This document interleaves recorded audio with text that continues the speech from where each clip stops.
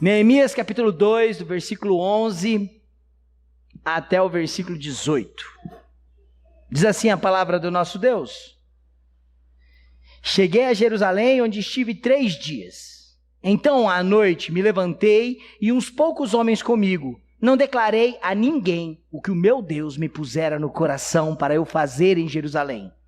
Não havia comigo animal algum, senão o que eu montava. De noite saí pela porta do vale para o lado da fonte do dragão e para a porta do monturo e contemplei os muros de Jerusalém, que estavam assolados, cujas portas tinham sido consumidas pelo fogo. Passei à porta da fonte e ao açude do rei, mas não havia lugar por onde passasse o animal que eu montava. Subi à noite pelo ribeiro e contemplei ainda os muros. Voltei, entrei pela porta do vale e tornei para casa. Não sabiam os magistrados aonde eu fora, nem o que eu fazia. Pois até aqui não havia eu declarado coisa alguma, nem aos judeus, nem aos sacerdotes, nem aos nobres, nem aos magistrados, nem aos mais que faziam a obra. Então lhes disse: estáis vendo a miséria em que estamos? Jerusalém assolada e as suas portas queimadas. Vinde, pois, reedifiquemos os muros de Jerusalém e deixemos de ser opróbrio. E lhes declarei como a boa mão do meu Deus estivera comigo e também as palavras que o rei me falara. Então disseram: disponhamo-nos e edifiquemos. E fortaleceram as mãos para a boa obra. Porém, Sambalate, o horonita, Tobias, o servo amonita, e Gésem, o arábio, quando souberam, zombaram de nós e nos desprezaram e disseram: que é isso que fazeis? Quereis rebelar-vos contra o rei? Até o versículo de número 19. Semana passada, no domingo anterior, expondo essa mesma perícope, eu lancei o tema de vencer em meio às dificuldades. Eu sei que este tema pode parecer um tema meio autoajuda, meio coaching, mas não é esse o propósito do texto bíblico. O texto da narrativa histórica de Neemias não é ser um texto de iniciativa humana para ser bem-sucedido. O texto de Neemias mostra que, mesmo fazendo a vontade de Deus, você pode enfrentar grandes dificuldades. Mesmo sendo obediente aos propósitos de Deus, você pode enfrentar oposições, como nós vimos no domingo passado, com os personagens que eu li no último versículo: Sambalate, Tobias e Gésem, que se opuseram quando viram que Neemias voltara procurando o bem do povo de Israel.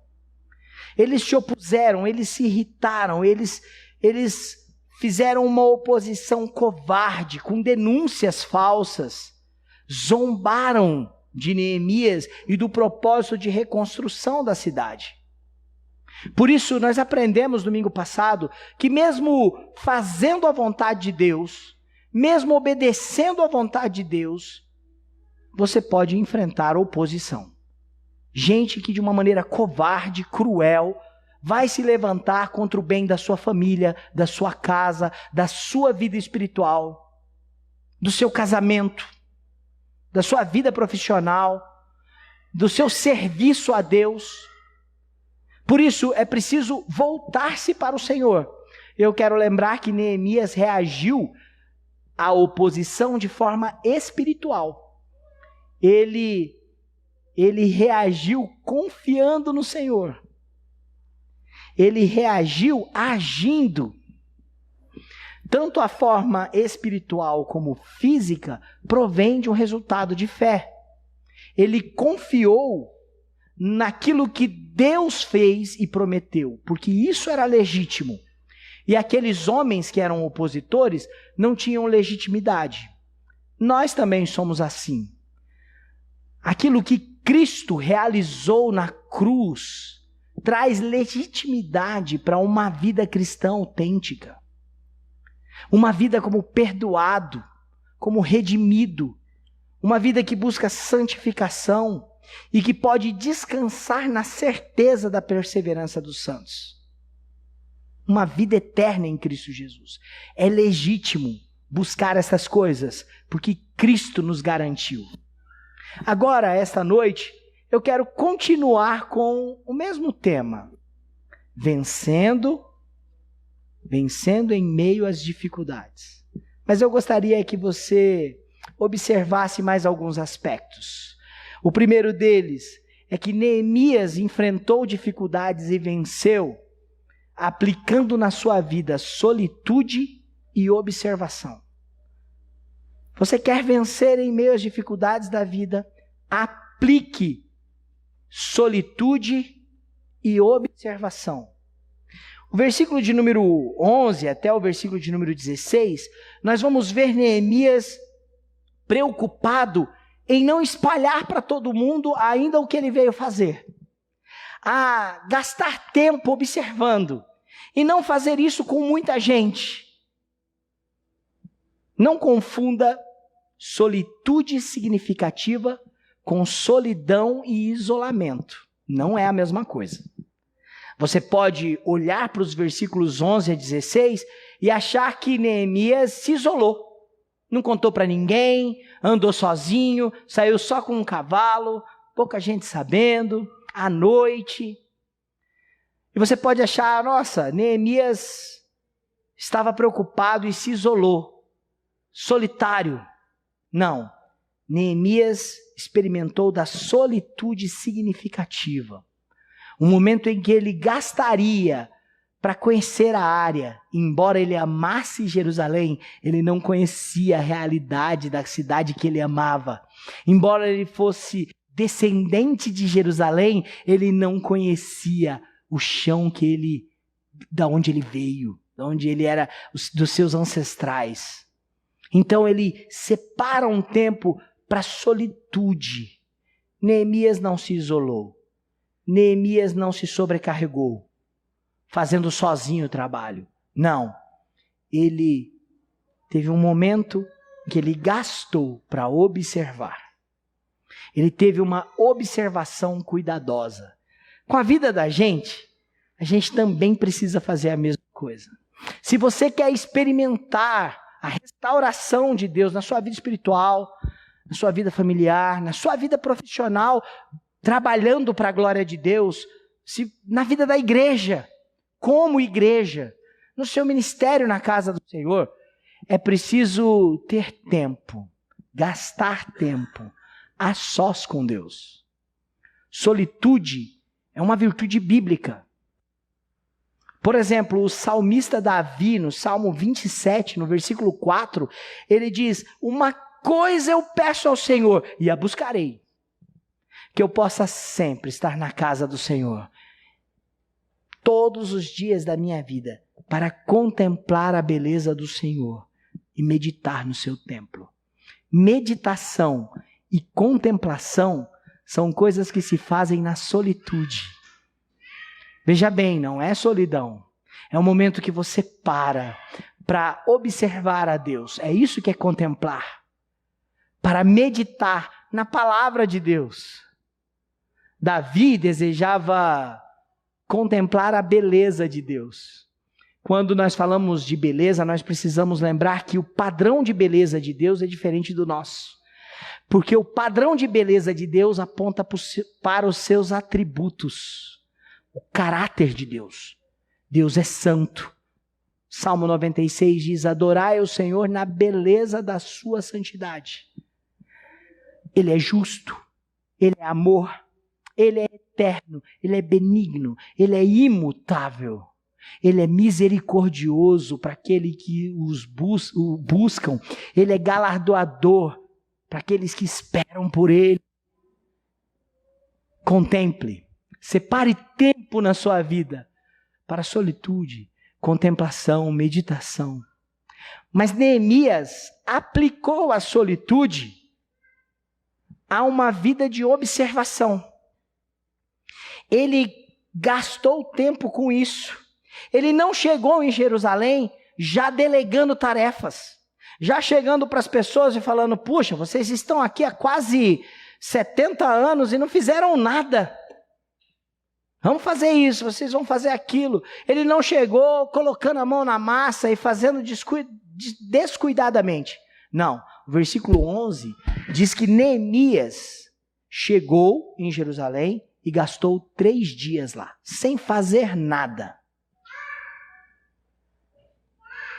Às vezes a gente acha que para que as coisas aconteçam, a gente precisa realizar alguma coisa. Às vezes a gente precisa de observar, entender, conhecer. Isso também é fazer. Olha, eu separei alguma coisa, alguns detalhes dessa observação cuidadosa. Ele gastou tempo, 3 dias só na chegada. Depois, ele observou pessoalmente. Ele não delegou pessoas para ir olhar os problemas da cidade, dos muros, da porta do templo. Não, ele pessoalmente gastou tempo, observou. Observe o versículo 12. Então à noite me levantei, uns poucos homens comigo, não declarei a ninguém o que meu Deus me pusera no coração para eu fazer em Jerusalém. Não havia comigo animal algum, não havia uma comitiva de um governador, porque ele tinha autoridade que o rei da Pérsia tinha dado a ele. Não, ele vai sozinho, montando no animal e observa pessoalmente. Gaste tempo para observar as demandas da sua vida. O olhar da sua esposa, as tarefas dos seus filhos. Gaste tempo para observar as crises que muitas vezes estão explodindo dentro de casa ou no lar, né? Mas que começam em outro lugar. A observação cuidadosa e pessoal, ela é importante. O profeta Jeremias, em Lamentações de Jeremias, diz que nós precisamos fazer essa observação, inclusive com o nosso coração. No versículo 39, ele diz, esquadrinhemos os nossos caminhos, provemos e voltemos para o Senhor. Uma observação cuidadosa, esquadrinhar o coração, esquadrinhar os nossos caminhos. Ele também cuidadosamente inspecionou os danos. Ele fez um checklist dos problemas. Ele levantou pessoalmente os danos. O versículo 13 diz que ele saiu pela porta do vale, pela porta da fonte do dragão, pelo monturo, ou seja, as ruínas do que era o muro antigo, mas que agora era um monturo de entulhos.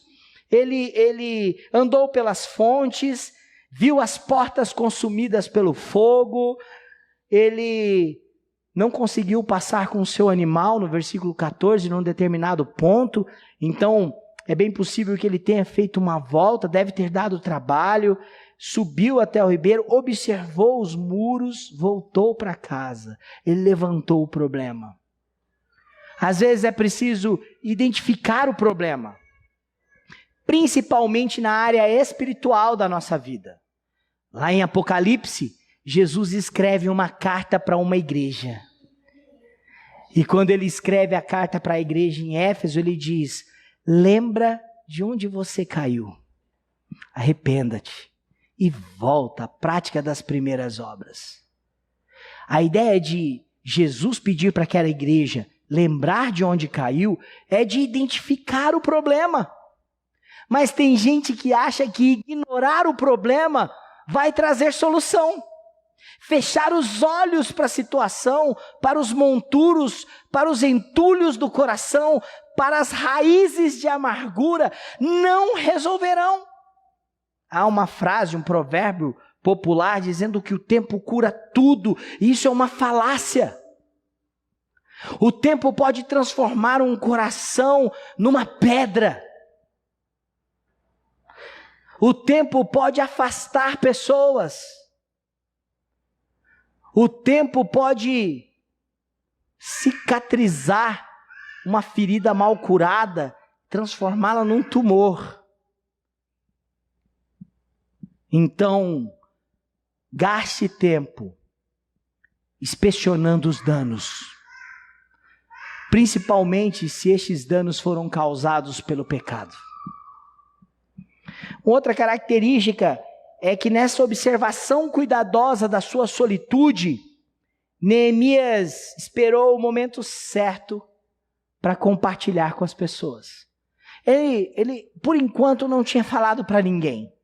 Versículo 16 diz que os magistrados não sabiam, e ele não tinha declarado coisa alguma, nem aos judeus que estavam ali antes dele, nem aos sacerdotes, os nobres magistrados, e nem aqueles que estavam envolvidos na obra. Ele esperou o momento certo. Tem coisa que é verdade, mas que precisa ser dita na hora certa, precisa de preparação, precisa de cuidado, precisa de meditação, de solitude, de observação cuidadosa. Neemias é um líder e estrategista. E eu não estou fazendo essa meditação apenas para a liderança. Mas como é gostoso pregar isso e saber que essa pregação é para mim. Às vezes a gente quer falar tudo o que tem para falar, tudo o que precisa ser feito, com urgência, e não há tempo para a solitude, que se preocupa em observar. Eu quero convidar você a olhar para Jesus, porque Jesus gastou tempo na solitude. Antes de iniciar o seu ministério, ele foi levado para o Espírito de Deus ao deserto e foi tentado. E reagiu porque meditava na palavra de Deus. Todas as suas respostas foram respostas bíblicas quando tentado pelo diabo.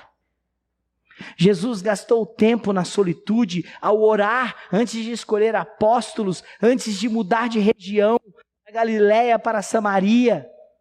Jesus gastou tempo em solitude, com observação. A Bíblia diz que quando ele chega numa pequena vila em Naim, ele observou e viu uma viúva que estava enterrando o seu único filho, a viúva de Naim. E a Bíblia diz que ele teve compaixão. Quem não tem tempo para solitude e a observação, para contemplação e meditação, não tem tempo para perceber a dor do outro. Observar o problema e recorrer à fonte certa, agir na hora certa. Meus irmãos e minhas irmãs, vamos olhar para Jesus, porque Ele é o modelo da nossa espiritualidade. Ele é quem nos ajuda a vencer em meio às dificuldades. Segundo lugar, além de solitude que observa, olhar para este texto que nós lemos nos convida a motivar com encorajamento. Neemias motivou os judeus ali e encorajou eles a superar os desafios que eram necessários. Desafios que estavam sendo impostos pelos inimigos, pelos opositores, mas desafios também que estavam ali já há algum tempo e eles não conseguiram progredir. Neemias age como um motivador, um encorajador. E essa é uma característica daqueles que Deus chama para uma obra de restauração. Ele fez isso com Esdras. Esdras é contemporâneo de Neemias, eu já tive a oportunidade de expor aqui na igreja aos domingos sobre Esdras, nós começamos por Esdras. Eles se responsabilizam diante da necessidade, eles não tiram o corpo fora e eles encorajam o povo a participar. Esdras se dedicou a buscar a lei de Deus, a cumprir a lei de Deus e a ensinar a lei de Deus. Com isso ele motivou o povo na palavra. Neemias encoraja o povo com um exemplo. Ele encoraja o povo de Jerusalém ao trabalho. Ele não tira o corpo fora. Ele se identifica. Observe o versículo 17, se você estiver com a sua Bíblia aberta. O versículo 17 diz: então lhes disse, estáis vendo a miséria que estamos, Jerusalém assolada, suas portas queimadas, vinde, pois, reedifiquemos os muros de Jerusalém e deixemos de ser opróbrio. Ele usa 3 verbos, e estes verbos que ele usa, não é assim: olha a miséria que vocês estão. Ele se inclui, nós estamos. Quando ele vai motivar, ele usa o verbo edificar, reedifiquemos. Não é, vocês devem reconstruir, reedificar os muros. Nós vamos fazer isso juntos. E quando ele fala da vergonha, do opróbrio, porque é isso que a palavra opróbrio significa, vergonha, por causa do pecado, por causa da miséria. Ele diz, versículo 17, deixemos de ser opróbrio. Ele está incluído na situação. Ele se inclui no papel de restauração. Mas tem gente que quer resolver o problema responsabilizando o outro. Ele nunca usa os verbos para se incluir. Ele sempre inclui o outro, ou no problema, responsabilizando, ou que a solução só pode vir do outro. Neemias nos ensina a motivar, encorajando. Ele se identifica, ele participa. Estamos na miséria. Ele chegou há 3 dias. Ele morava num palácio, servindo o homem mais poderoso do mundo, Artaxerxes, o rei da Pérsia, a maior hegemonia do mundo na época. Que miséria ele estava? Ele se identifica com o povo de Deus. A obra é grande. Ele fala, vamos construir juntos. E a vergonha pela miséria é cruel. Mas ele diz, vamos deixar juntos a vergonha da miséria causada em nós. Se identifique para motivar. Sabe, as pessoas não querem saber o quanto você sabe sobre o problema. Ninguém está interessado em saber o quanto você sabe sobre determinado problema dela. As pessoas querem saber o quanto você está disposta a se envolver com o problema dela. Isso faz a diferença. Isso faz muita diferença. Você quer encorajar alguém, você quer motivar alguém da sua casa a ter uma vida com Deus, uma vida espiritual, você quer que os seus filhos sejam crentes e amem o Senhor, participe. Se identifique, caminhe junto.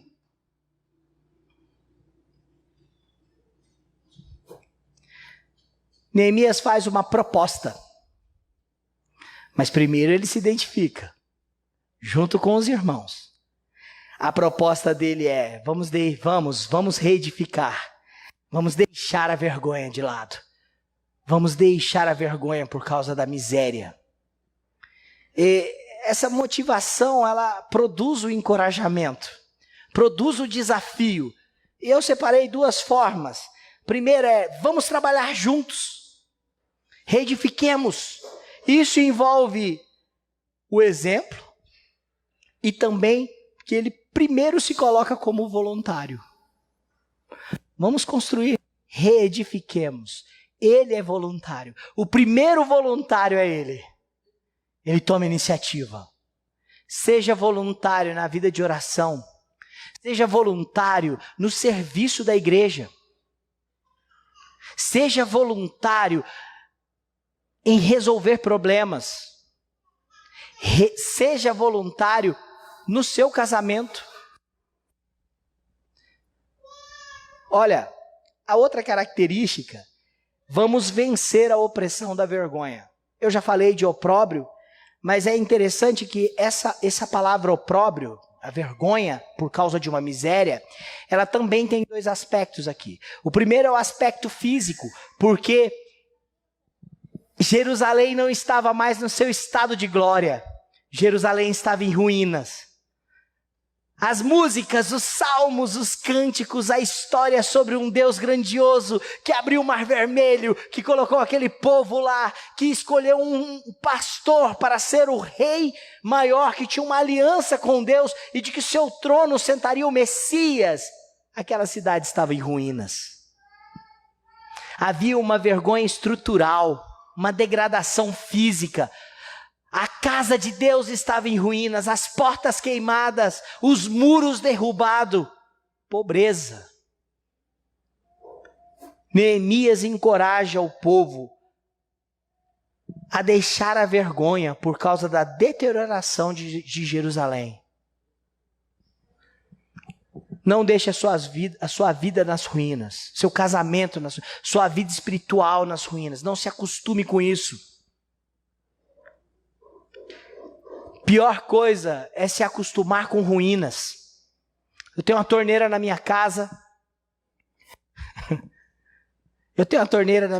Que a minha esposa tem esperança que em 2024 eu conserte. É uma torneira que ela não para de pingar. E eu gosto daquela torneira. Eu não queria comprar outra torneira. Ela é bonita, é do banheiro. Né? Mas ela também não tem um reparo tão fácil. A gente se acostuma muito com uma casa em deterioração, com ruínas físicas, como uma torneira pingando, quanto mais com ruínas espirituais no coração. Não se acostume com aquilo que envergonha e traz miséria. Deixemos o opróbrio. Eu dei esse exemplo porque minha mulher é a mulher que conhece os meus opróbrios. Então, também o outro significado do opróbrio é o desprezo espiritual que contaminava Jerusalém. Porque se o templo estava derrubado, se a casa de Deus estava em ruínas e por tanto tempo, e Deus já tinha enviado grupos de pessoas para essa restauração, significava que a vida espiritual daquele povo também estava deteriorada, também estava em ruínas. Havia uma degradação espiritual. Tanto que no livro de Esdras, nós vemos que até sacerdotes estavam cometendo erros distantes da lei. Neemias encoraja, motiva, mas ele faz isso com desafios que envolvem princípios espirituais. Motivação que encoraja é uma motivação que aponta para Deus. Uma motivação que encoraja é uma motivação que aponta para o Senhor. Observe o versículo 18. Neemias falou, vamos reedificar, vamos deixar de ser vergonha. Não é de ser sem vergonha, também, né? Mas vamos deixar a vergonha causada pelas ruínas físicas, ruínas espirituais. E aí, para onde Neemias aponta? Qual é o exemplo que Neemias vai dar? Quem ele vai chamar para que o povo de Deus reedifique e deixe a vergonha de lado? O opróbrio de lado. Sabe quem Neemias chama para ser testemunha? O próprio Deus. O versículo 18, Neemias chama Deus como testemunha e ele diz, lhes declarei como a boa mão do meu Deus estivera comigo. Que as nossas motivações estejam na direção de Deus. Que você use o Senhor para motivar os outros. Convide Deus, aponte para Ele como testemunha da sua graça, da sua ação restauradora na vida do seu povo, porque é Ele quem restaura o que está cansado, Ele que dá força e vigor àqueles que já se esvairiram, porque até os moços de exaustos caem. Isaías capítulo 40, mas os que esperam pelo Senhor, renovam as suas forças, sobem com asas como águias, caminham e não se fadigam, correm e não se cansam.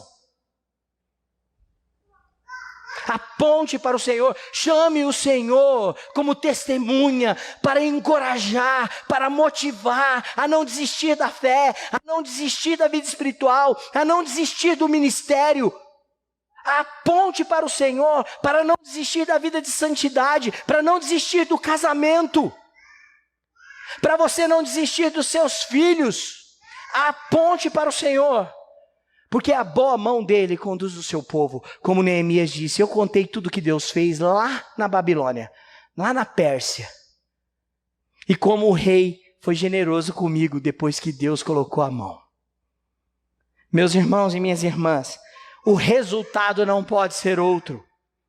O resultado é a confirmação da obra de Deus nas nossas vidas. Observe o versículo 18.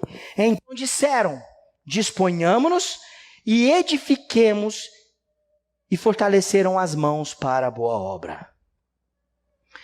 Aqueles homens ouviram isso e diz, disponhamos-nos. Estamos encorajados, estamos dispostos. Vamos reedificar.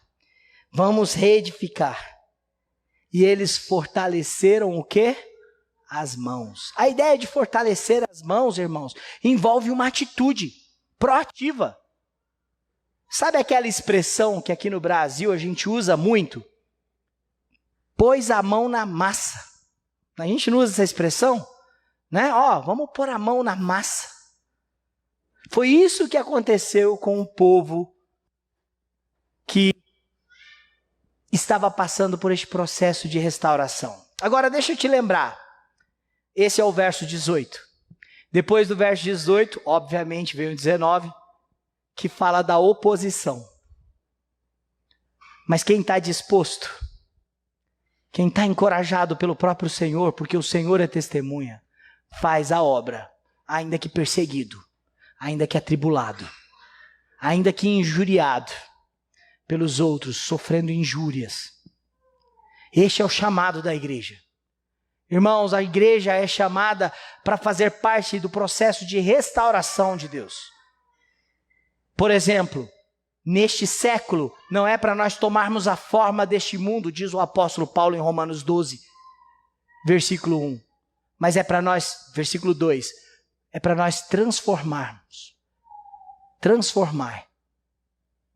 segundo uma mente diferente, um modo de pensar diferente. Olha, meu irmão e minha irmã, eu quero convidar você a olhar para Cristo. Ninguém encorajou mais homens e mulheres. Ninguém motivou mais pessoas. Sem curso de coaching, sem promessas vazias, sem passar pano para ninguém, Jesus motivou e encorajou, apontando e falando do pecado. Jesus motivou e encorajou, falando que a vergonha do pecado tem solução e que Ele é o caminho para isso. Jesus motivou e encorajou homens covardes que fugiram na hora da cruz, mas que foram restaurados e que morreram por causa do Evangelho. Foram presos por causa do Evangelho. E no livro de Atos dos Apóstolos, quando eles estavam pregando o Evangelho, aqueles mesmos homens, covardes, tímidos, cheios de vergonha, agora restaurados por Cristo, encorajados pelo poder do Espírito Santo, aqueles homens, quando são proibidos de pregar o Evangelho, se voltam para aquelas autoridades e dizem, nós não podemos deixar de falar daquilo que vimos e ouvimos. Vocês não podem impedir a pregação da igreja. Olhem para Cristo, que nos encoraja a ir para a cruz e morrer lá. Olhem para Cristo, porque foi isso que Ele fez por nós. Ele fez isso primeiro. Olhem para Cristo.